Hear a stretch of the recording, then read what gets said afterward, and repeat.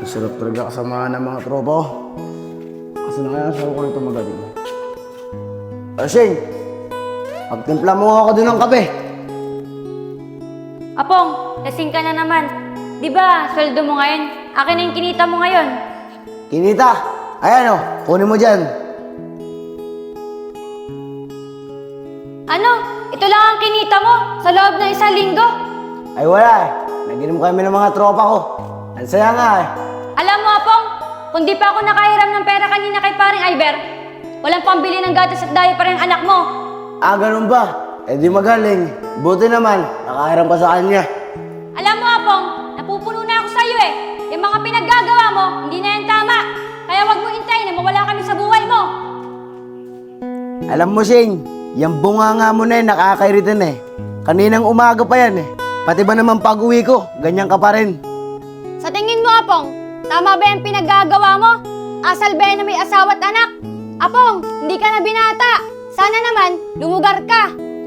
Lintik naman na buhay to. Bahala nga sa buhay mo!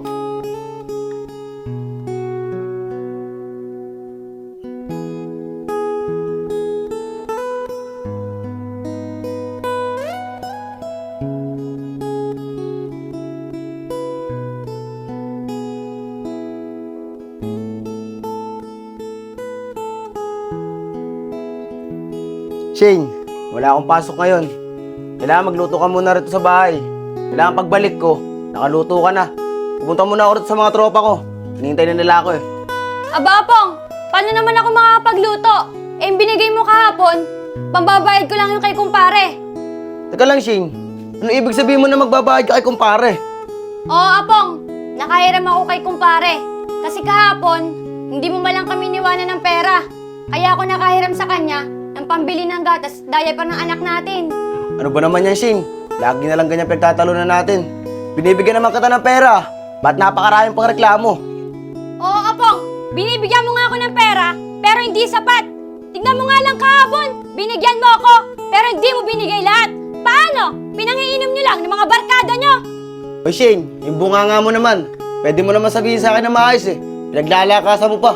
Pati di ka naiya sa kapitbahay. Pati problema natin, naririnig nila. Aba, Apong, marunong ka pa palang maiya. Pero yung ginagawa mo sa amin ng anak mo, may hiya ka ba? Naku Shane, tumigil ka na nga.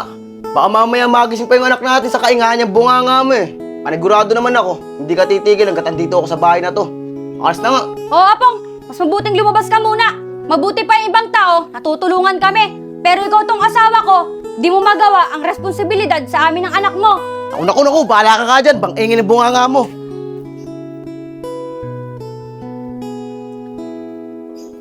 Parang Oscar, ang dami na inom natin kahapon, no?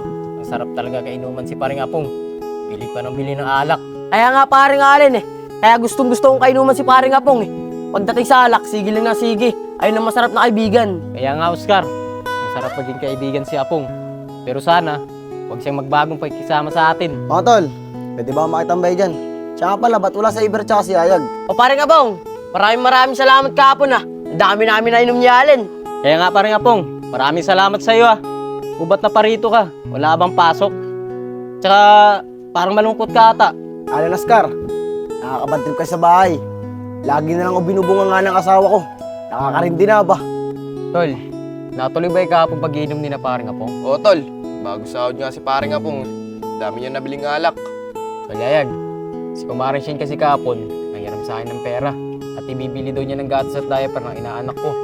At pero tinanong ko naman siya kung binibigyan siya ni Paring Apong ng pera. Binibigyan naman daw, kaso di lahat, kaya hindi sapat sa mag-ina niya. Ah, ganun ba, tol, Iber? Wala kasi akong alam dyan eh. Pero bakit ganun si Paring Apong kahapon? Halos maubos na niya, yung pera niya, kakabili ng iniinom namin. Kaya nga tol, pinagsasabihan ko kahapon eh. Na huwag niyo na masyado pagayin si Paring Apong sa inuman. Dahil may anak na binubuhay yun. Naku, tol, Iber, tara na nga. Tila naiingit ka lang ata sa amin eh. Dahil di ikaw ang pinapainom ni Paring Apong. Di naman sa ganun tol. Paring Apong, anong plano mo ngayon? Di ba wala kang pasok? Tara, mag-inuman ulit tayo. Kaya nga Tara. Paring Apong. Uy mga tol, saan kayo pupunta? Tara pare, mag-inuman ulit tayo. Walang pasok si Apong. Kaya nga lang mga tol, mag-iinuman kayo. Sino naman magpapainom sa inyo? Siyempre, Paring Iber, si Paring Apong ang magpapainom sa amin. Talaga Oscar, si Paring Apong papainom sa inyo. Di ba kakainom niyo ng kahapon? At saka sabi sa ni Yayag, naubos na yung sweldo ni Paring Apong sa pagpapainom sa inyo. Oscar, Allen, Yayag, totoo yung sinasabi ni paring Iber na naubos yung pera ko sa pagpainom sa inyo.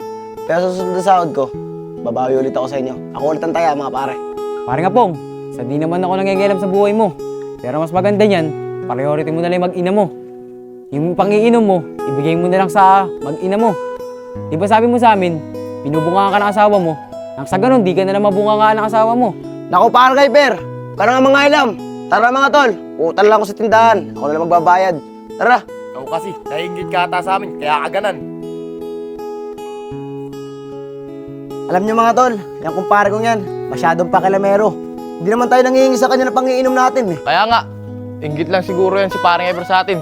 Tara pre, utang na lang tayo kay Ate Minda. Ako na lang magbabayad. Ate Melinda, Yes. pwede po bang makautang ng isang case? Oy, sige, Apong, kailan mababayaran? Sa pagsahod ko po sa linggo. Ay, sige. Okay. Kukunin ko na po ate. Sige po. Ayag, bitim na. Salamat po ate. Sige, Apong.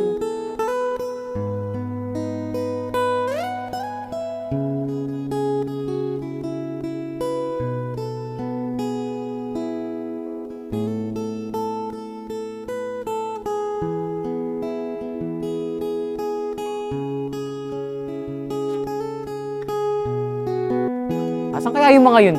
Tagal naman nila. Ma-chat ko na nga. Oy pare, buti andyan ka. Magbabayad na sana ako ng utang ko sa'yo eh. Ganun ba, Mare? Hindi naman kita sinisingil eh. Di ba sabi ko sa'yo, bayaran mo na lang ako pag nakaluwag-luwag ka na.